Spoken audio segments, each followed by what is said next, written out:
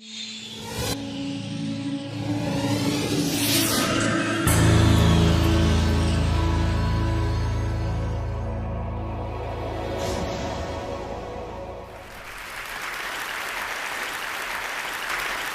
you think about the phone, and Intel has tested a lot of the things that I'm going to show you over the last 10 years in about 600 elderly households, 300 in Ireland and 300 in Portland, trying to understand how do we measure and monitor behavior in a medically meaningful way. And if you think about the phone, right, it's something that we can use for some incredible ways to help people actually take the right medication at the right time. We're testing these kinds of simple sensor network technologies in the home so that any phone that a senior is already comfortable with can help them deal with their medications. And a lot of what they do is they pick up the phone, and it's our system whispering to them which pill they need to take, and they fake like they're having a conversation with a friend, and they're not embarrassed by a meds caddy that's ugly that sits on their kitchen table and says, "I'm old, I'm frail." Right? It's surreptitious technology that's helping them do a simple task of taking the right pill at the right time. Now, we also do some pretty amazing things with these phones, because that moment when you answer the phone is a cognitive test every time that you do it. Think about it, all right? I'm going to answer the phone 3 different times. Hello? Hey. All right, that's the first time. Hello? Hey. Hello? Who? Oh, hey. All right? Very big differences between the way I answered the phone the 3 times. And as we monitor phone usage by seniors over a long period of time, down the tenths of a microsecond, that recognition moment of whether they can figure out that person on the other end is a friend and we start talking them to it immediately, or they do a lot of what's called trouble talk, where they're like, wait, who is this? Oh, right? Waiting for that recognition moment may be the best early indicator of the onset of dementia than anything that shows up clinically today. We call these behavioral markers. There's lots of others. Is the person going to the phone as quickly when it rings as they used to? Is it a hearing problem or is it a physicality problem? Has their voice gotten more quiet? We're doing a lot of work with people with Alzheimer's and particularly with Parkinson's, where that quiet voice that sometimes shows up with Parkinson's patients may be the best early indicator of Parkinson's 5 to 10 years before it shows up clinically, but those subtle changes in your voice over a long period of time are hard for you or your spouse to notice until it becomes so extreme and your voice has become so quiet. So sensors that are looking at that kind of voice. When you pick up the phone, how much tremor are you having, and what is that like, and what is that trend like over a period of time? Are you having more trouble dialing the phone than you used to? Is it a dexterity problem? Is it the onset of arthritis? Are you using the phone? Are you socializing less than you used to? And looking at that pattern, and what does that decline in social health mean as a kind of a vital sign of the future? And then, wow, what a radical idea. We, except in the United States, might be able to use this newfangled technology to actually interact with a nurse or a doctor on the other end of the line. What a great day that will be once we're allowed to actually do those kinds of things. So these are what I would call behavioral markers. And it's the whole field that we've been trying to work on for the last 10 years at Intel. How do you put simple disruptive technologies, and the first of 5 phrases that I'm going to talk about in this talk, behavioral markers matter. How do we change behavior, but how do we measure changes in behavior in a meaningful way that's going to help us with prevention of disease, early onset of disease, and tracking the progression of disease over a period of time. Now, why would Intel let me spend a lot of time and money over the last 10 years trying to understand the needs of seniors and start thinking about these kinds of behavioral markers? And this is some of the field work that we've done. We have now lived with 1,000 elderly households in 20 countries over the last 10 years. We study people in Rochester, New York. We go live with them in the winter because what they do in the winter and their access to health care and how much they socialize is very different than the summer. If they have a hip fracture, we go with them and we study their entire discharge experience. If they have a family member who's a key part of their care network, we fly and study them as well. So we study the holistic health experience of 1,000 seniors over the last 10 years in 20 different countries. Why is Intel willing to fund that? It's because of the second slogan that I want to talk about. 10 years ago, when I started trying to convince Intel to let me go start looking at disruptive technologies that could help with independent living, this is what I called it, Y2K plus 10. Back in 2000, we were all so obsessed with paying attention to the aging of our computers and whether or not they were going to survive the tick of the clock from 1999 to 2000 that we missed a moment that only demographers were paying attention to. It was right around New Year's. in that switchover when we had the larger number of older people on the planet for the first time than younger people. For the first time in human history, and barring aliens landing or some major other pandemic, that's the expectation from demographers going forward. And 10 years ago, it seemed like I had a lot of time to convince Intel to work on this, right? Y2K plus 10 was coming, the baby boomers starting to retire. Well, folks, it's like we know these demographics here. This is a map of the entire world. It's like the lights are on, but nobody's home on this demographic Y2K plus 10 problem, right? I mean, we sort of get it here, but we don't get it here, and we're not doing anything about it. The health reform bill is largely ignoring the realities of the age wave that's coming and the implications for what we need to do to change not only how we pay for care, but deliver care in some radically different ways.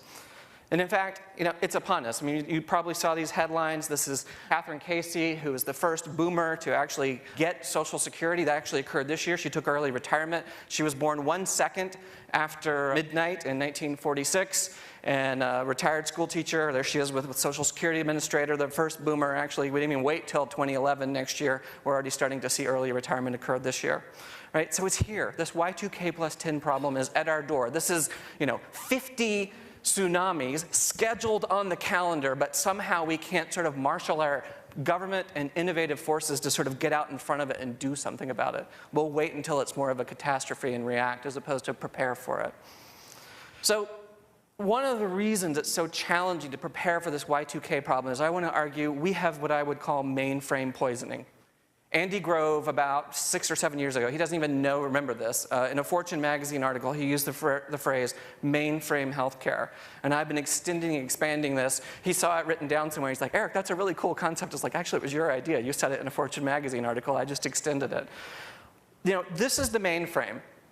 This mentality of traveling to and time-sharing large, expensive healthcare systems actually began in 1787. This is the first general hospital in Vienna. And actually the second general hospital in Vienna in about 1850 was where we started to build out an entire curriculum for teaching med students specialties. And it's a place in which we started developing architecture that literally divided the body and divided care into departments and compartments. And it was reflected in our architecture, it was reflected in the way that we taught students. And this mainframe mentality has persisted today. Now, I'm not anti-hospital. With my own healthcare problems, I've taken drug therapies, I travel to this hospital and others many, many times. But we worship the high hospital on a hill, right? And this is mainframe healthcare. And just as 30 years ago, we couldn't conceive that we would have the power of a mainframe computer that took up a room this size in our purses and on our belts that we're carrying around on our cell phone today, and suddenly computing that used to be an expert-driven system was a personal system that we all own as part of our daily lives. That shift from mainframe to personal computing is what we have to do for healthcare. We have to shift from this mainframe mentality of healthcare to a personal model of healthcare. We are obsessed with this way of thinking. When Intel does surveys all around the world and we say quick response, healthcare, the first word that comes up is doctor, the second that comes up is hospital, and the third is illness or sickness. Right? We are wired in our imagination to think about healthcare and healthcare innovation as something that goes into that place. Our entire health reform discussion right now, health IT, when we talk to it with policymakers, equals how are we going to get doctors using electronic medical records in the mainframe?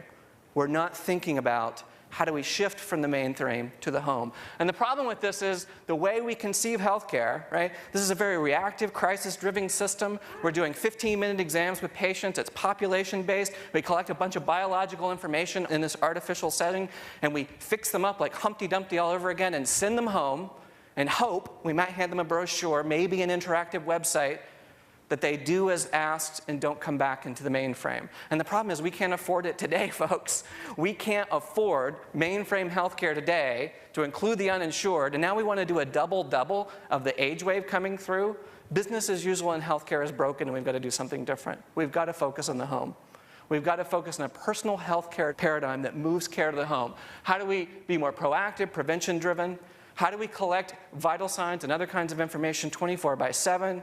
How do we get a personal baseline about what's going to work for you? How do we collect not just biological data, but behavioral data, psychological data, relational data, in and on and around the home? And how do we drive compliance to be a customized care plan that uses all this great technology that's around us to change our behavior? That's what we need to do for a personal health model. I want to give you a couple of examples. This is Mimi from one of our studies. In her 90s, had to move out of her home because her family was worried about falls. Raise your hand if you had a serious fall in your household or any of your loved ones, your parents or so forth. Right? Classic. Hip fracture often leads to institutionalization of a senior. This is what was happening to Mimi, or the family was worried about it, moved her out of her own home into an assisted living facility. She tripped over her oxygen tank. Many people in this generation won't press the button even if they have an alert call system because they don't want to bother anybody even though they've been paying $30 a month. Boomers will press the button, trust me. They're going to be pressing that button nonstop, right? Mimi broke her pelvis, lay all night, all morning. Finally, somebody came in and found her, sent her to the hospital. They fixed her back up. She was never going to be able to move back into the assisted living. They put her into the nursing home unit. First night in the nursing home unit where she had been in the same assisted living facility, moved her from one bed to another, kind of threw her, re-broke her pelvis, sent her back to the hospital that she had just come from. No one read the chart, put her on Tylenol, which she's allergic to, broke out, got bed sores, basically had heart problems, and died from the fall and the complications and the errors that were there. Now, the most frightening thing about this is my wife's grandmother. Now, I'm Eric Dishman. I speak English. I work for Intel. I make a good salary. I'm smart about falls and fall-related injuries. It's an area of research that I work on. I have access to senators and CEOs. I can't stop this from happening. What happens if you don't have money, don't speak English, or don't have the kind of access to deal with these kinds of problems that inevitably occur? How do we actually prevent the vast majority of falls from ever occurring in the first place? Let me give you a quick example of work that we're doing to try to do exactly that. I've been wearing a little technology that we call Shimmer. It's a research platform. It has accelerometry. You can plug in a 3-lead ECG. There's all kinds of sort of plug-and-play kind of Legos that you can do to capture in the wild, in the real world, things like tremor, gait, stride length, and those kinds of things. The problem is, our understanding of falls today, like Mimi, is get a survey in the mail 3 months after you fell from the state saying, what were you doing when you fell? That's sort of the state of the art. But with something like Shimmer, or we have something called the magic carpet, embedded sensors in carpet, or camera-based systems that we've borrowed from sports medicine, we're starting for the first time in those 600 elderly households to collect actual kinematic motion data to understand what are the subtle changes that are occurring that can show us that mom has become risk at falls. And most often we can do two interventions. Fix the meds mix. I'm a qualitative researcher, but when I look at these data streams coming in from these homes, I can look at the data and tell you the day that some doctor prescribed them something that nobody else knew that they were on, because we see the changes in their patterns in the household, right? These discoveries of behavioral markers and behavioral changes are game-changing, and like the discovery of the microscope, because we're collecting data streams that we've actually never done before. This is an example in our Trill clinic in Ireland of actually what you're seeing is she's looking at data in this picture from the magic carpet. So we have a little carpet that you can look at your amount of postural sway and look at the changes in your postural sway over many months. Here's what some of this data might look like. This is actually sensor firings. These are two different subjects in our study. It's about a year's worth of data. The color represents different rooms they are in the house. This person on the left is living in their own home. This person on the right is actually living in an assisted living facility. I know this because look at how punctuated mealtime is when they're no longer in their particular rooms here, right? Now, this doesn't mean that much to you, but when we look at these cycles of data over a longer period of time, and we're looking at everything from motion around different rooms in the house to sort of micro motions that Shimmer picks up about gait and stride length, these streams of data are starting to tell us things about behavioral patterns that we've never understood before. And you can go to orchitect.org. It has nothing to do with Wales. It's the Oregon Center for Aging and Technology to see more about that. The problem is, Intel is still one of the largest funders in the world of independent living technology research. I'm not bragging about how much we fund, it's how little anyone else actually pays attention to aging and funds innovation on aging, chronic disease management, and independent living in the home. So my mantra here, my fourth slogan is 10,000 households or bust. We need to drive a national, if not international, Framingham-type heart study of independent living technologies where we have 10,000 elderly connected households with broadband, full medical characterization, and a platform by which we can start to experiment and turn these from 20 household anecdotal studies that the universities fund to large clinical trials that prove out the value of these technologies. So 10,000 households or bust. These are just some of the households that we've done in the Intel studies. My fifth and final phrase. I have tried for 2 years, and there were moments where we were quite close, to make this healthcare reform bill be about reform from something and to something, from a mainframe model to a personal health model, or to mean something more than just a debate about the public option and how we're going to finance. It doesn't matter how we finance healthcare. We're going to figure something out for the next 10 years and try it. No matter who pays for it, we better start doing care in a fundamentally different way and treating the home and the patient and the family member and the caregivers as part of these coordinated care teams, and using disruptive technologies that are already here to do care in some pretty fundamental different ways. The president needs to stand up and say, at the end of a healthcare reform debate, our goal as a country is to move 50% of care out of institutions, clinics, hospitals, and nursing homes to the home in 10 years. It's achievable. We should do it economically, we should do it morally, and we should do it for quality of life. But there's no goal within all this health reform. It's just a mess today.